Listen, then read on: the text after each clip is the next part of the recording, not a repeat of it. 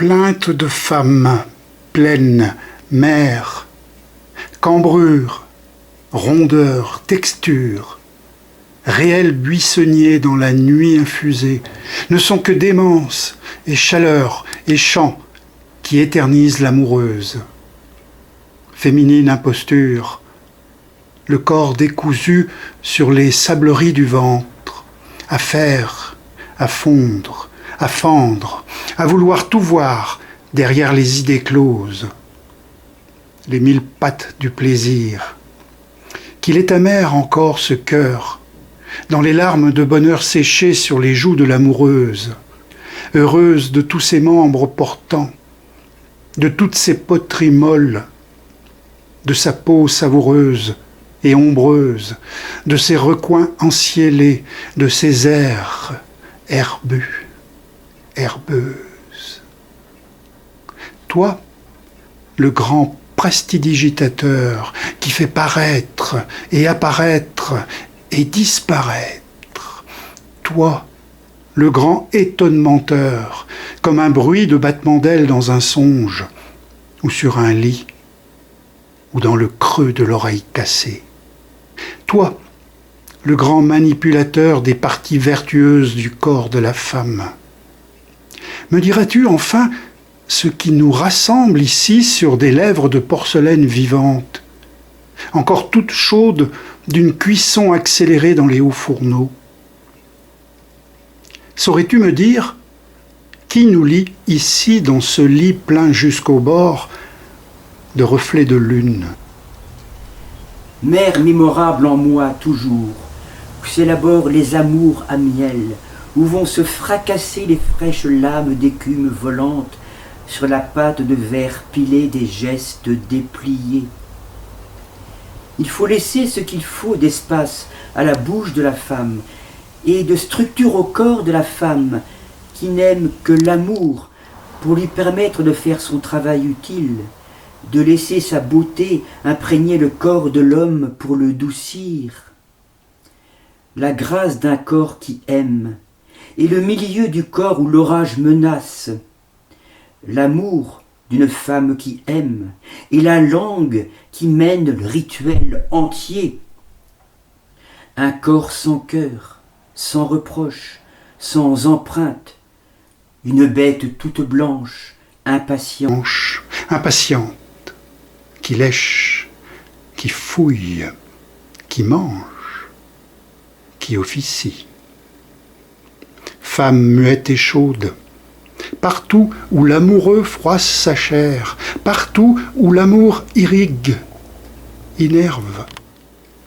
Pour eux seuls, les amoureux, cet agnelage d'un jeune amour du printemps dans une vallée de châteaux d'eau. Et l'amoureuse tient son amoureux à bras-le-corps, comme un noyé. Et l'amoureux inonde son amoureuse de caresses d'eau potable jusqu'à la taille, comme une marée haute sur un haut fond. Et le corps de l'amoureuse, parcouru d'ondes magnétiques, s'ouvre entier, indécent, abandonné à la fabrication d'un sucre clair et onctueux, comme un petit océan livré à la puissance de ses courants et de ses astres multiplicateurs. Les amoureux célèbrent la noce des corps, blottis l'un dans l'autre, en plein cantique des cantiques. Ils parlent une langue étrangère et n'ont de cœur qu'en leur corps amoureux. Et ils traînent à leur cause toutes les mains de l'eau et toutes les fines langues de poissons argentés qui dérivent dans un nuage très lent de milliards de petits œufs rouges transparents. La chair n'est jamais triste. La chair n'est jamais triste. Nulle fuite, ou sentant le cœur vibrer d'une peur exsangue, ne pourrait cependant apaiser un tant soit peu le monde maltraité. Je sais, mais il y a ce bouche à bouche dans les draps soudainement, dos au lit, haleine haletante contre haleine haletante, les os brisés, le visage défait mais lisse et les yeux terreux, terriblement douloureux. Toi, l'amoureuse en pâte à pain de ménage, seule à ton prétoire, tu te déhanches entière là où pèse ton désir, tu t'embrouilles les yeux par pure perte de contrôle, par pur amour d'être à ne pas être, et tu émets des sons d'oiseaux des îles, comme les signes de piste d'une lointaine planète occupée par une autre vie d'eau. Amoureuse ensevelie sous les décombres de ses membres, officiante excommuniée, des bulles s'échappent de la bouche de l'amoureuse exaltée, enivrée, aux prises avec de sérieux problèmes de motricité. Belle tortue de mer, fente maître d'elle-même, brûlante d'exister.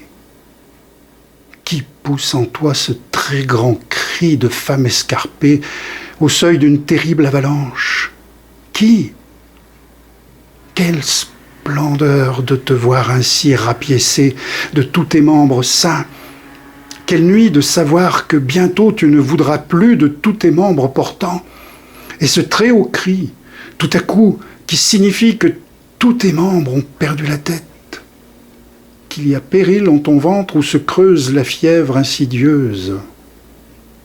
Et tout ce beau monde, dans tes yeux, venu entendre ton discours inaugural en peu de mots sur les lieux mêmes de ta naissance.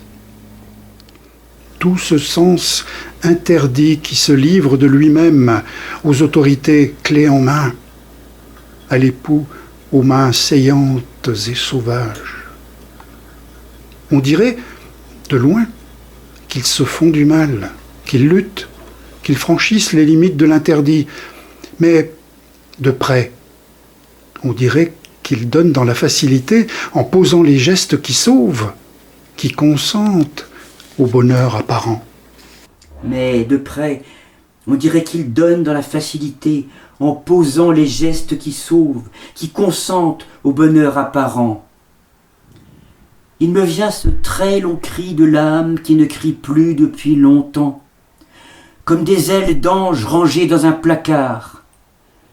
La mort, dit-on, en robe de bal et en pleine vanité flottante et désintéressée, passe en coup de vent, sans faire de bruit de pas, pour aller honorer d'autres visages.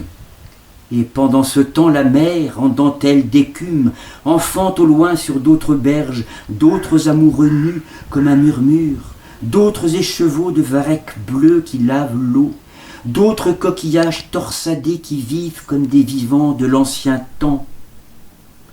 Ces larmes d'images que je pleure, mon bel amour, ma belle amour, ne sont point des armes mortelles, et tu ne le sais que trop. Femmes qui furent là où il fallait être, ce cœur ne bat pas sans que vous y soyez. Toi, la première aux yeux en amande, dont j'ai bu le sang et qui se devait d'être là pour que je l'aime pour la vie, plus un jour. Toi de toutes mes enfances heureuses et malheureuses, que j'ai bu dans le calice de tes cuisses jusqu'à en perdre mon apparence, ma conscience, toi que mes songes, encore, veulent toucher de leurs lèvres qui tremblent. Je voulais vivre dans tes yeux en esclave, moi qui ai la mer en moi, dans les veines, plus que quiconque, mais tu ne m'y laissais pas neiger.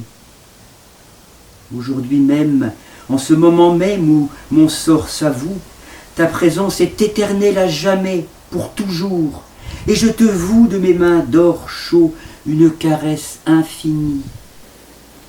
Une caresse infinie. Heureusement, pour l'instant, dans l'instinct, il y a le désir tout-puissant, d'où s'élèvent les cris de la vie, comme une espèce de roi fou au pouvoir de tous les pouvoirs de l'intime.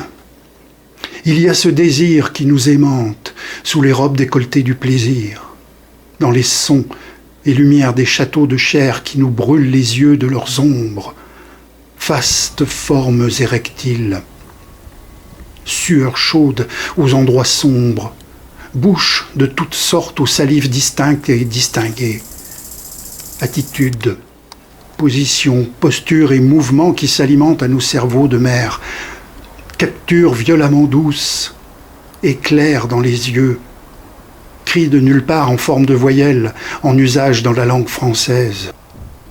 Y a-t-il un autre nom à donner au sens de deux corps entiers dans le même sens, dans un même sang? Je sais faire crier en moi, c'est vrai, les cris du passé lointain de la terre, nourris d'images d'animaux géants qui célébraient le bruit du sang dans leurs minuscules oreilles. Notre silencieuse quête est beaucoup plus vaste que nous.